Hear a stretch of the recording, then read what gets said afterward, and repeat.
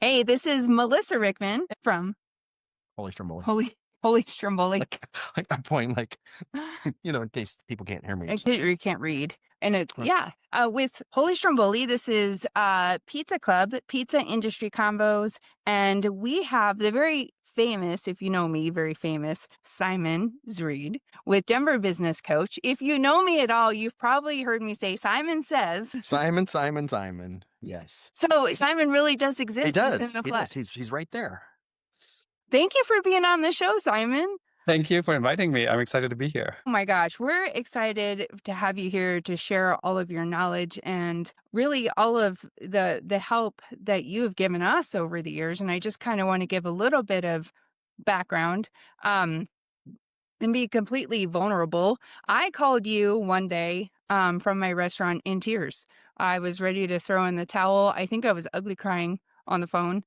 And Ruined the phone. It got into the microphone and yeah. water damage. And we met very shortly after that day. And man, we've been working together for 7 years. And so we've gone from me ugly crying on the phone with you, wanting to throw in the pizza dough, if you will, wanting to quit my business and sell, feeling hopeless, to where we are now, which, we have a really great GM. We have a successful team. I'm a member of the World Pizza Champions team, which was always a dream, but that was really a result of your help and your guidance. And you helped me in all areas of business, and now coaching Eric as well. Yeah. So welcome. Yeah, thank you. It's been, reflecting back on our journey, it's been, like you said, an amazing journey. And I'm just honored to be part of it, really, and watch you guys grow from the very humble beginnings. I mean, I was not there in the very beginning, but like you said, the phone call, I remember them. It's like one of those memories you don't forget. And you guys have come a long way since that, truly. Yeah. But we're not here to talk about us and our background. What we're really here to talk about is business things. And it's been interesting. Our journey with Simon has changed from your initial needs when you called him crying on the phone about how do I get ahead? How do I, become a better leader and grow the business? To really what Simon does best is, business valuation and setting your business up for success, preparing to sell someday, developing an exit strategy and those kind of things. And that's why we wanted really Simon to join us tonight. To talk about setting up your business for success, setting up your business to sell, even if that's not your intention. Right. And I think so many of us in the pizza industry, we start off with this vision. I love to make pizza. I love to feed people. And we think about growth. We think about paying the bills in the beginning. Then we think about growth. Then we think about maybe another location. We don't ever look down the road and think about, have I created a valuable business that somebody would want to buy one day, right? I think that's true for a lot of business owners. That exciting part, the journey starting out of, maybe you've been working for someone else. Maybe you've, spent a few years in the industry and you just have that dream of opening your own shop, or in our case, restaurant. You're mostly focused on the vision of what you want to build. You're not really thinking at all about what exit is going to look like. And before you know it, you're in the day-to-day for many years, and that takes over after a while, and that's all you can handle. So yeah, it's a conversation I'm super excited about, because I do think, as we've talked about before, a lot of business owners put exponentially more time, energy, and money into their venture than an employee would, right? Like an employee comes in, they work 9 to 5, get maybe some benefits, get a good salary, but the moment the day is done, they can, go home to their family. And for a lot of people in the restaurant industry specifically, that's just not the case. And if you work 40 hours, that was a very light week for many, especially in those early stages. And you put money back into it, all with the hope that at some point that's going to pay off, right? Whether that is through increase in salary, profitability, or at some point also you're building something that's worth something. But as we're probably going to talk about, it's not so easy to sell a business. It's not so easy to sell it. And especially it's not easy to sell a restaurant. So I'm happy to dive in. And for us at Denver Business Coach, that's really the conversation we're most passionate about, is how do we help the owner build an asset that they own, that they can then transfer into monetary, cash out at the end, essentially. Yeah, and I think it's important to distinguish selling the business from selling the assets. And just to be clear, we're not talking about setting yourself up to be able to sell your stuff, sell your building, or get out of your lease. We're talking about selling your business, the systems, the processes, sometimes the people, and everything that makes your business happen, which is much more attractive to an investor than used restaurant equipment, right? Yeah. Yeah. Yeah. That's what I mean with there is an asset sale where you just liquidate everything, right? And that's like the minimum exit that you should have. But Yeah. obviously we're striving for more than that. Yeah. I also think I talked to a lot of operators in the industry, and I know this was, to some degree true of us. We're so focused on right now, making it from day to day. And when somebody brings up the idea of selling our businesses, we think, oh my gosh, no, I don't want to sell. But there's so much value in operating a business that has value to somebody else, because it means we're doing all the things right. Right. Yeah. Yeah. And so, even though Eric and I always ran the business with that kind of mindset, like we're going to operate above the line and going to track all of our income properly and run the business like we're going to sell it one day, we didn't realize what those numbers looked like when you're talking about how many restaurants actually sell. And I'm not talking about like, oh, Joe down the street wants to own a pizzeria, so I'm gonna let him pay me every month for my business that I busted my ass for, but really sell, right? Yeah. It's a very small, I mean, generally speaking, and I know a lot of business owners don't believe these numbers, but generally speaking, if you look at all businesses, only between 20 and 30% of businesses that are actually listed are going to sell.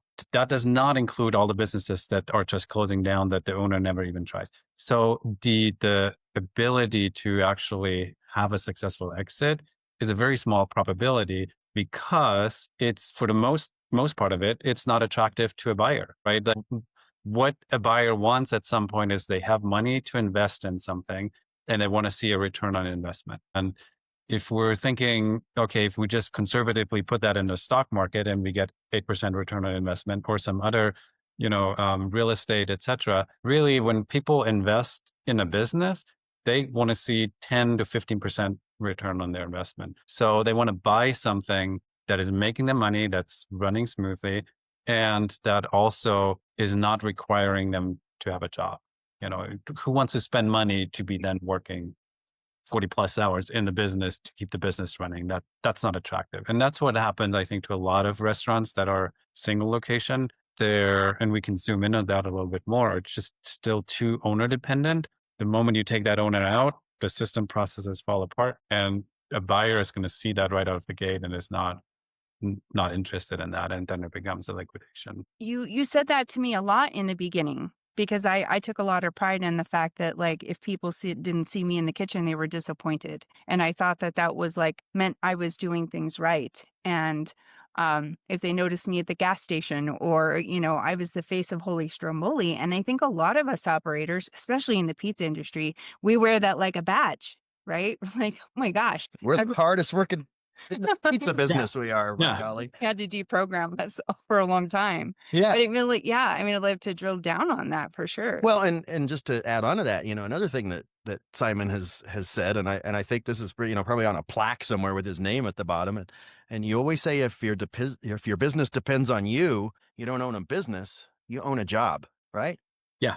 Yeah. So 100%. just kind of expand on that just a little bit. Yeah, I really think of, I would probably say, if the day-to-day operations is dependent on you as an owner to deliver the food that you're doing, whether that's in the kitchen, whether that's on the floor, whether that's the day, manager on duty, the moment you would take yourself away from this and would go on vacation, the business would fall apart, right? It would not actually function. So even though the owner, you're now an owner operator, you're someone that has a job, and one of the title is whatever it is. If you're on the line, you're on the line. If you're a manager on duty, you're manager on duty. And so therefore you have a job, and you have to ultimately, to attract a serious buyer, you have to replace yourself out of that, because most likely a buyer that's going to come in would not want to go back to dishwashing, being on the line, or anything like that. That's really how I look at it. I think there is always that lens of, do you have to do it, whatever the job is, because the business depends on you, or do you choose to do it because you're just good at it? Eric, no secret, you're good with numbers. There's a certain level of you'd like to do the finances. You're adding a lot of value in that area. You're choosing to do that. You're getting paid to do that. But it's also something that with a little effort, you could actually outsource and someone Absolutely. else could take over. So the dependency there is not, you can fairly quickly shift and let go of that dependency. And that's kind of what we're looking for, is the ability to move out of positions really quickly and in a way that would not detract from the business's performance. And and as long as it makes sense and you don't want to do a different concept or whatever, it makes sense for you to continue to do that. Just know that when you're then going to an exit, you have to add back your salary kind of as an expense, as if you're paying a third party to do that. The buyer would have to do that. Yeah. Exactly. Exactly. Yeah. And how can you ever truly sell your business if the business is, requires Melissa to be there in some fashion? You can't ever sell that business unless you want to become an employee of the new owner. And well, that's why we're getting out in the first place. And I would say to some degree the business is often better without the owner there meddling in the forks on the floor and all the Yeah. little things that The we're day-to-day nervous about. operations, we have no business being in. No. It's But it's actually the restaurant industry, right? Is by default you have less owner dependency. Like if you think of like an engineer that's starting out, now they're going out on their own, they're designing the plans, they can deliver the entire product themselves. As a restaurant owner, you have to have already other people doing the function right out of the get-go. So the owner dependency to some extent in the restaurant is a little lower than maybe some other industries, which is a good starting point. But everywhere where you stop, where you fill in, is a liability. Yeah. so and feel free to use us as an example. So I think one thing, and that again, I think applies to any business owner, is we have a sense of like we're in control of when we're going to exit. Mm. And so therefore we're going to plan like, oh, I want to continue to run this for 10 years or 5 more years or 20 more years. I'm young. And so therefore we're not thinking about exit or selling. And we're putting a lot of those conversations just away and just focus on growth and revenue. And the reality is that most business exits, and the reason why so many business ultimately not, succeed and sell, is because that preparation work hasn't done. And then something, we call it the 5 Ds, happen. They're like death, disability, divorce, disagreement with partner, or like a distress, like an economic downturn.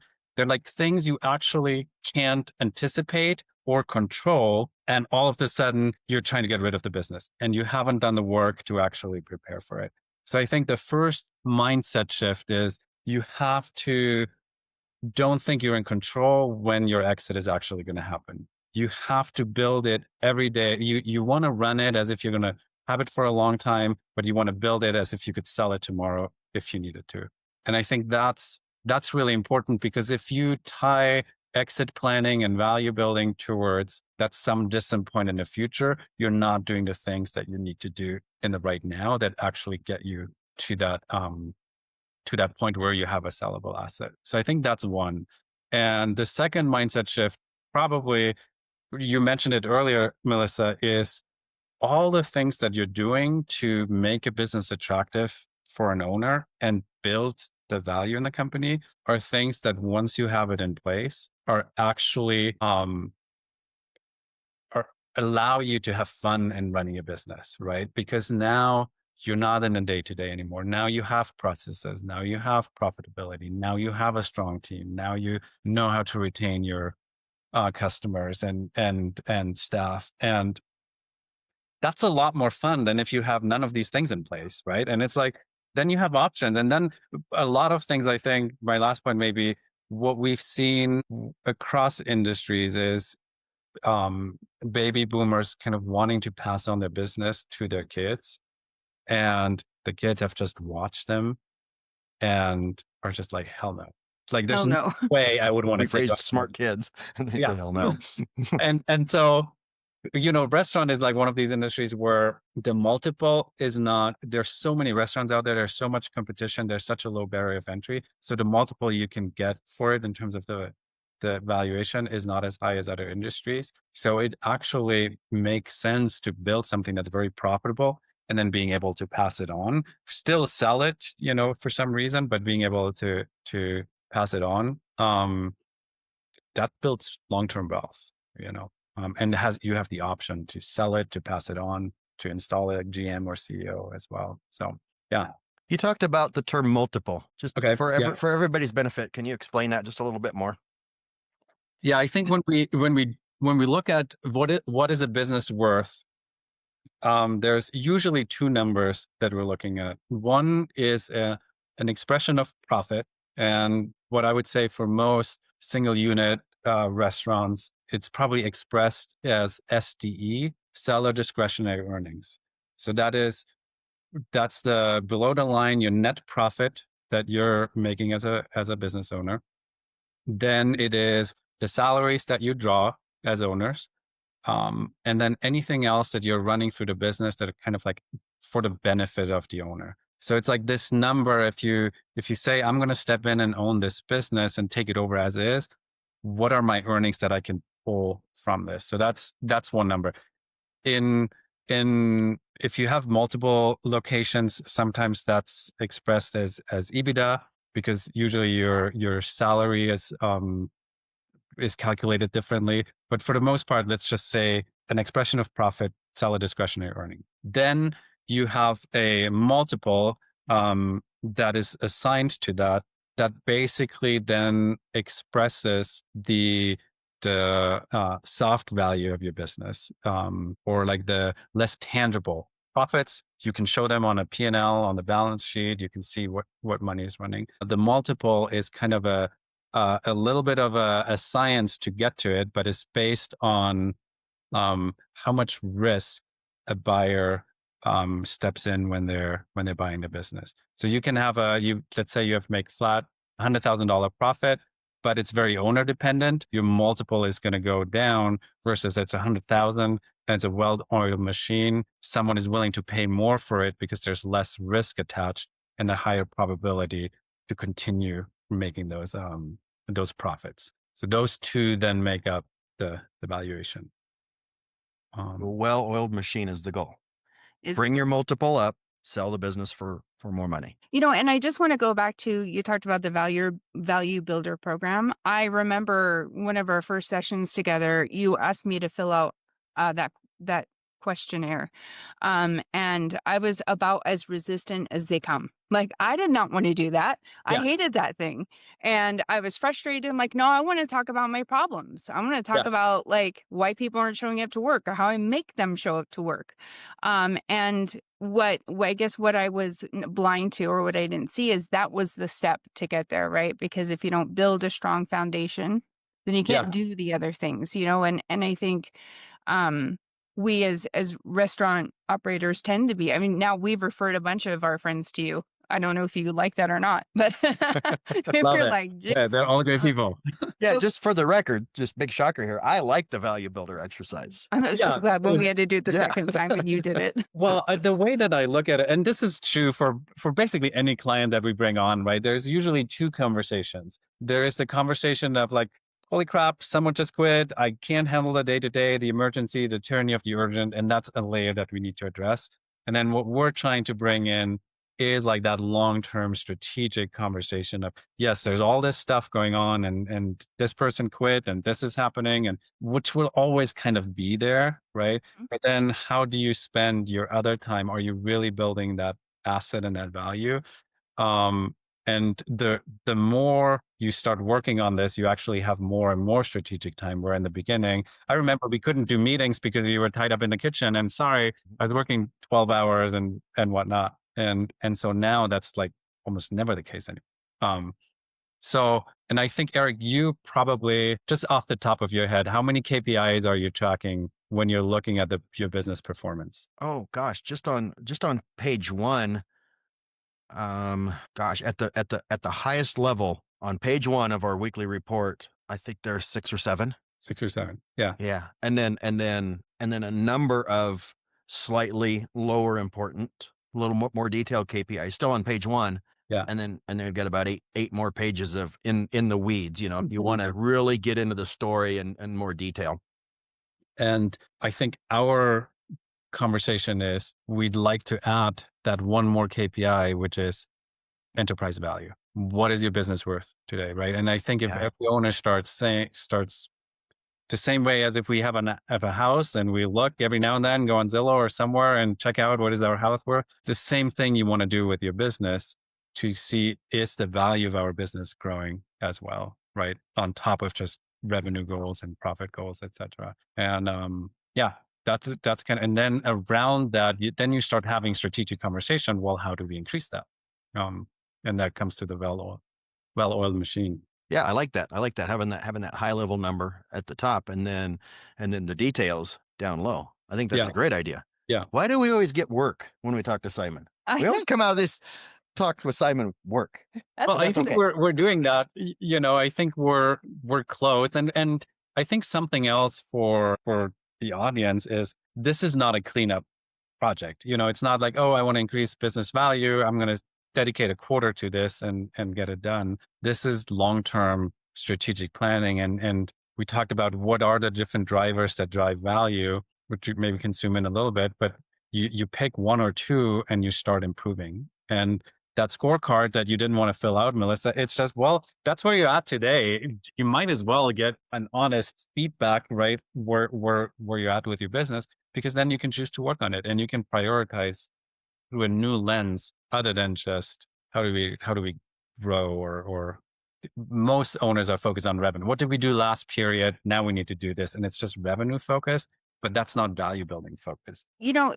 This is a little bit off script, but it's a real situation in our industry. I have lots of friends in this industry who, when I share my experience with you, say, I don't want to stop making pizzas. I even had a female colleague in the industry when I shared with her some tips and tricks because she was upset about people not showing up. She's always getting pulled into the line.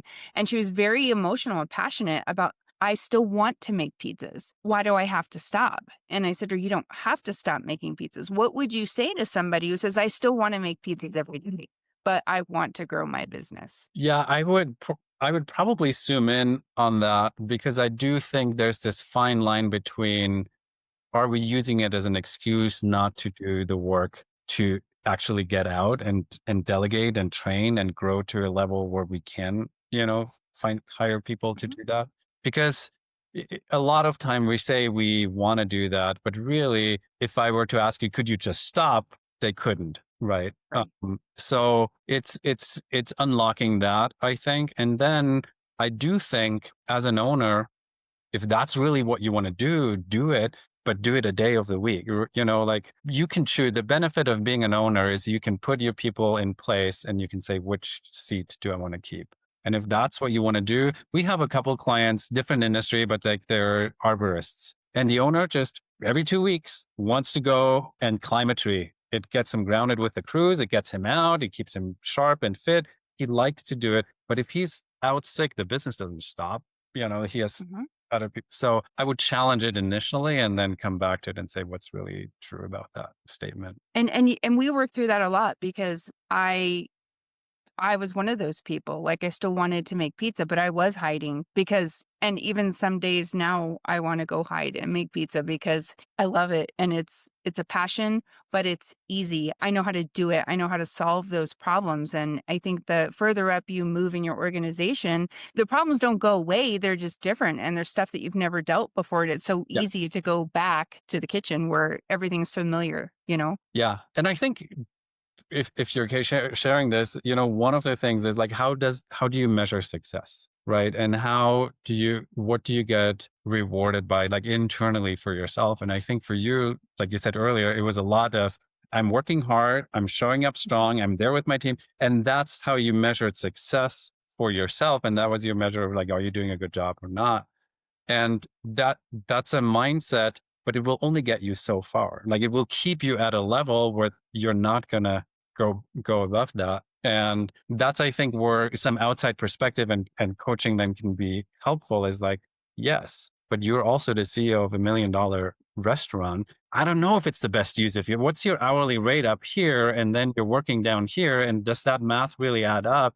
Is that really the best use of the time? What is work that really only you can do? And I think take some time to recalibrate your mind too, to be like, yeah, there's bigger fish to fry than making dough, for the pizza. So yeah. Thanks for taking that little detour with me. I think it's important because that's our audience, this is the people we're talking to. Yeah. So, let's see. I think we've talked about, what are the value drivers? Mm-hmm.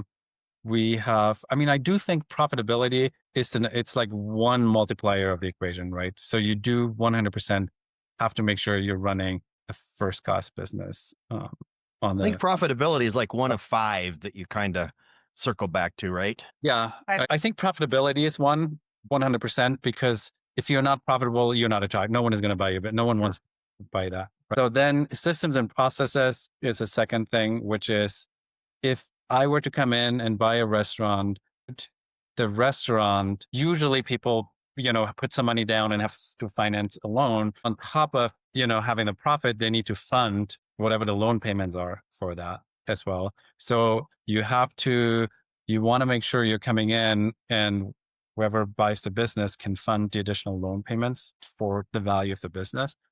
And so that's where you have to have a healthy profit margin to do that. And ideally, an owner comes in and they have to do very little changes to maintain those profit margins. That only works if you have really good systems, if you have really good processes, and if you have a really good team that's going to actually stay and maintain current performance level that you can then slowly improve on. But if you have a culture where you have super high turnover and you're the ones training it, or you have a culture where they love Melissa and Eric, but the new person comes in and now they're all quitting, that's high risk. That will not make a business attractive. And oftentimes buyers interview key people.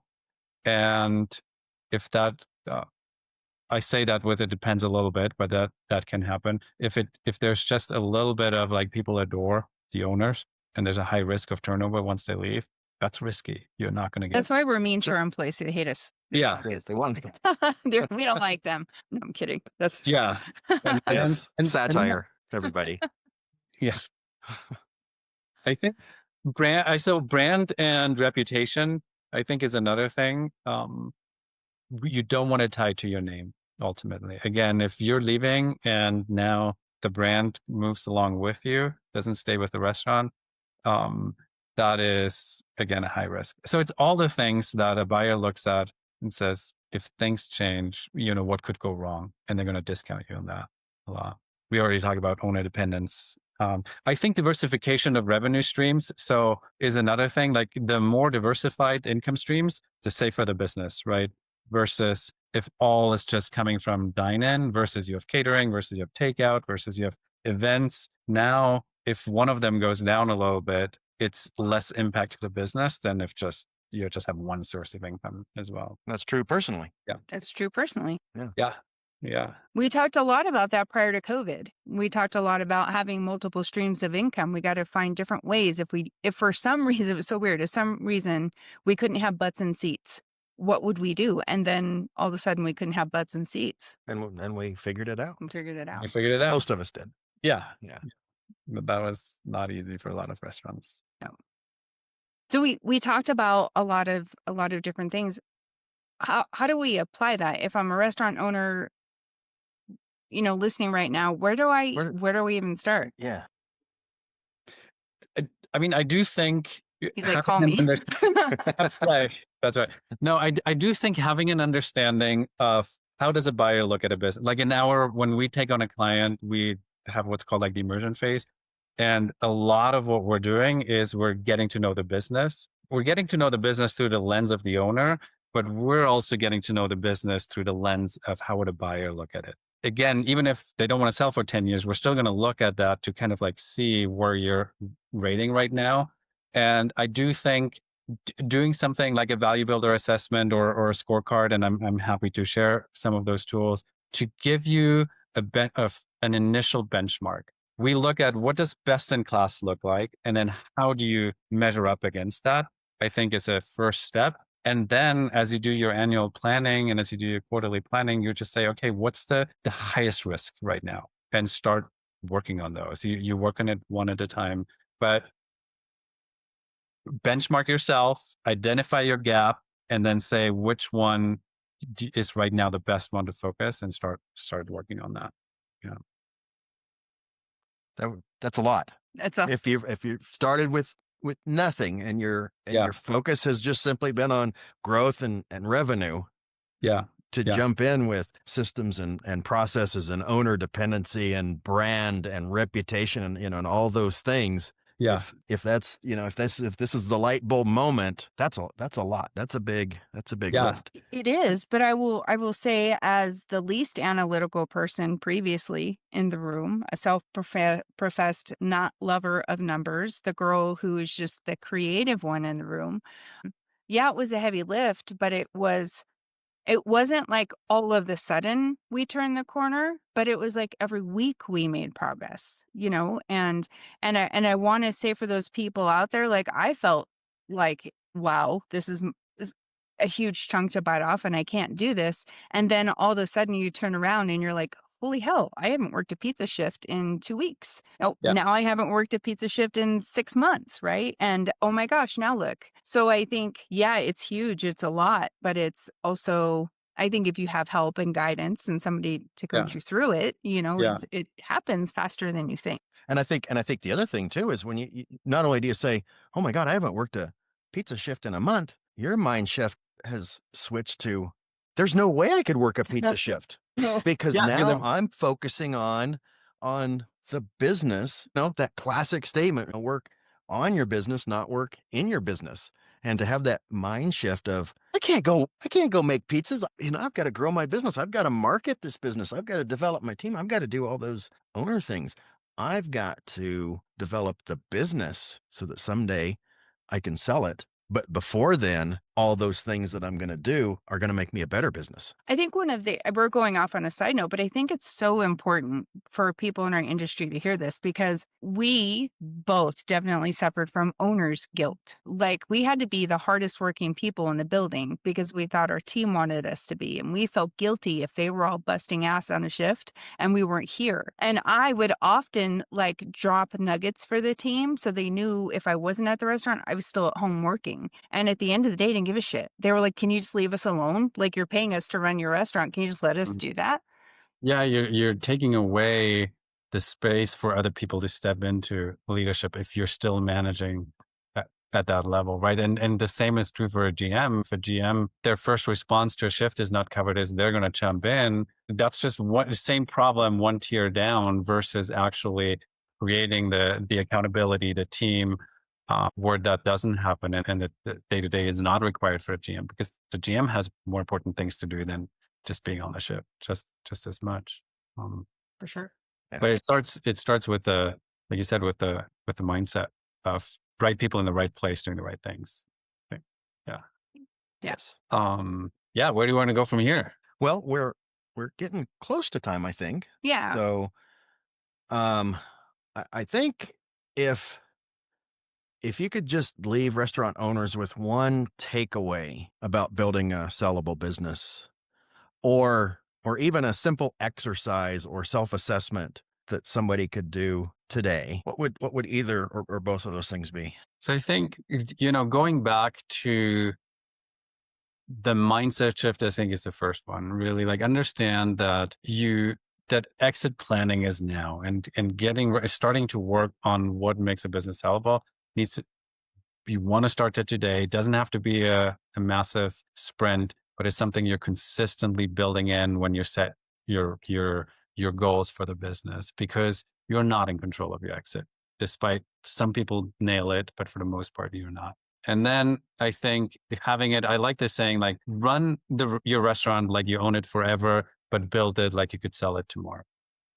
Right. Because I do get, like, restaurant, for some reason, not for some reason, I understand why, is a very romantic idea, is a very passionate idea, is something that is really like a heartfelt business model. It's not just like, how can I monetize selling pillowcases on Amazon and make a few bucks? Like that's not the kind of owner that starts a restaurant. So there's a lot of heart in that. So you do want to build it like you own it forever and put your heart into it. But as you're doing that, work on the strategic pieces as well. And then, like I said, I do come back to just swallow the pill and get an assessment of where are you at today. You got to start with benchmarking. Sooner or later, the numbers are going to come in. And actually, nowadays with technology and the way we can track KPIs and performances, it's actually gotten a lot easier to measure what your business is worth because we have real data. We see transactions; those are reported. You actually can get a really good sense of where you're at today. And